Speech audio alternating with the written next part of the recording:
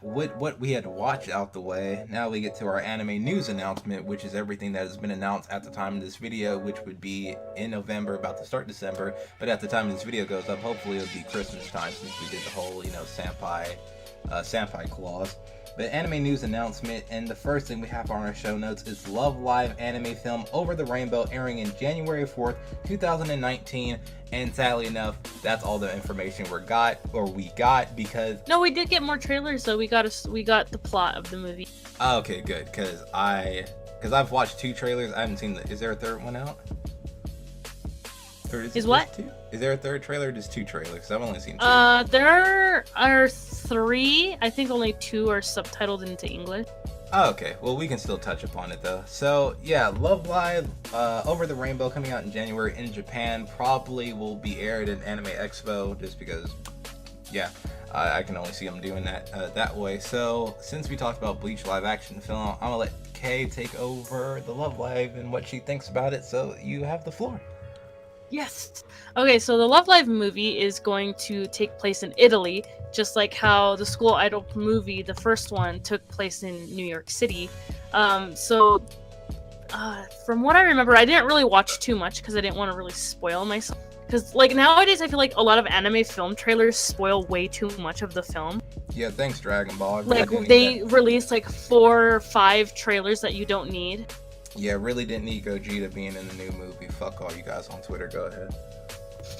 And so, like, I've only seen like 1, but from what I remember, like Mari moved back to Italy with her family, or she was taken to Italy because she's getting married.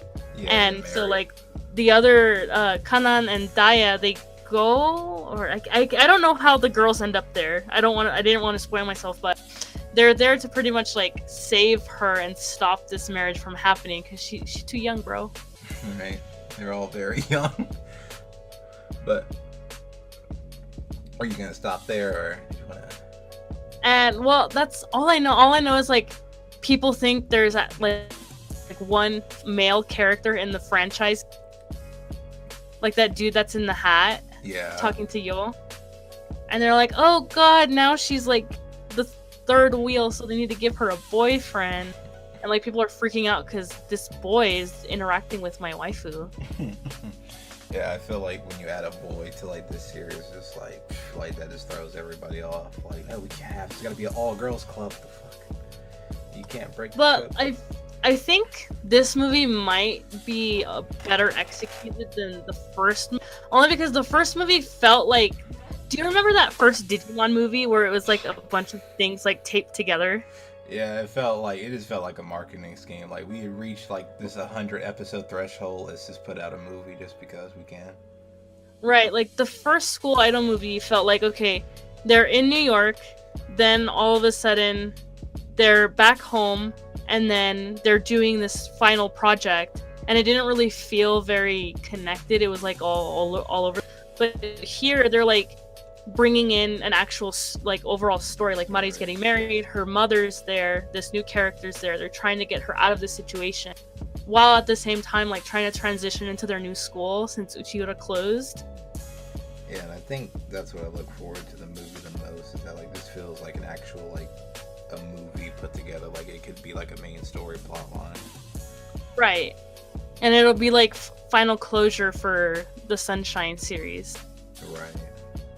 Even though I feel like the anime ended pretty well, like season 2, like the school closed, and then Chika got high, and then had her, like, little, what is her little trip? Yeah, like she had like her little trip, and then that was it. Like she went home, and it's like, okay, we're gonna go to new school. Like from what the trailers I saw, and like based on like previous movies and episodes, like this feels very established enough where it's like, okay, we're gonna take I'm sure it wasn't that hard to like come up with a plot for this movie, but at least they took some time to like, okay, this is one worth seeing that kind of has like a beginning and an end to it. Right. Just like not to like this is not to shoot down Love Live. Like I'm sure like with the first one it was like, oh, okay, whatever, it was a slap against something. With this one I was like, okay, let's take this a bit seriously to have like people like have, you know, expense, suspense, whatever that wording is, and you know, just to get people enticed to like see what happens, and like, you know, just to kind of get like emotions all thrown around the place. Right. I just think it's a little annoying that people only want to see a Muse cameo in the film. Like, they don't really give a shit about what's going on with Aqua's like development as characters. I love. They're like, if I don't see Nico in this fucking movie, it's shit. And also like a cameo is just like that could be anything, bro. Like you could just have her in the background, just like that's it. Like if people really want Nico, if that's what people really complain, that's crazy. But no, I'm looking forward to the film. Sadly enough, this film's probably like one of those things where if it does come to America, it'll probably just be at like Anime Expo and only that convention. But no, that it's getting, I know it's getting screenings in God, I don't know where, but they've announced like a bunch of countries are getting it. It's just Funimation hasn't licensed it. Yeah. So nobody knows what's going to go on, like if it's going to come to America, if it's not. It probably won't because they're sleeping on sunshine like they always do. No, I'm not banking on Funimation to air this shit. I know they're lazy. I'm banking on like the subtitle. Like, and if they do, it's probably only going to be in like California. Oh yeah, because they're dumb. No, no, like I'm not banking on the like dub Funimation version. I'm banking on like because Mob Psycho is also owned by Funimation, but Anime NYC they were like, hey, this isn't like licensed by them. This is like the official second episode is with English subtitles is done in Japan. So that's what I'm hoping they do for the film. Is that, you know, someone English subtitles for it, and then they're aired at like, you know, whatever convention happens next year.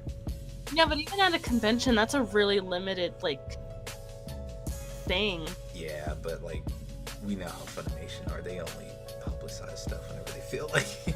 I hate to say that, bro, but like I know how this shit goes. Like they're very limited on like, okay, which film comes out that we, you know, promote and like dub, and which one doesn't. Like they're just very lazy with their working schedule. You know who's not lazy? Who's that? Aniplex with I Want to Eat Your Pancreas. Oh, with the transition. Did you get a transition for Christmas? I Want to Eat Your Pancreas is a film I've been looking forward to forever because I read the novel. After seeing it got announced, I was like, okay, this is gonna be some sad shit. And I ended up reading it anyway, and it is some sad shit, but it's so good. And Aniplex is like really fucking just shitting on Funimation by having so many like different versions. They have dub and sub. It's available almost everywhere across the country. Oh, I'm just so excited. It comes out February 9th or February 7th subtitled and February 10th dubbed. There we go. And speaking of I Want to Eat Your Pancreas,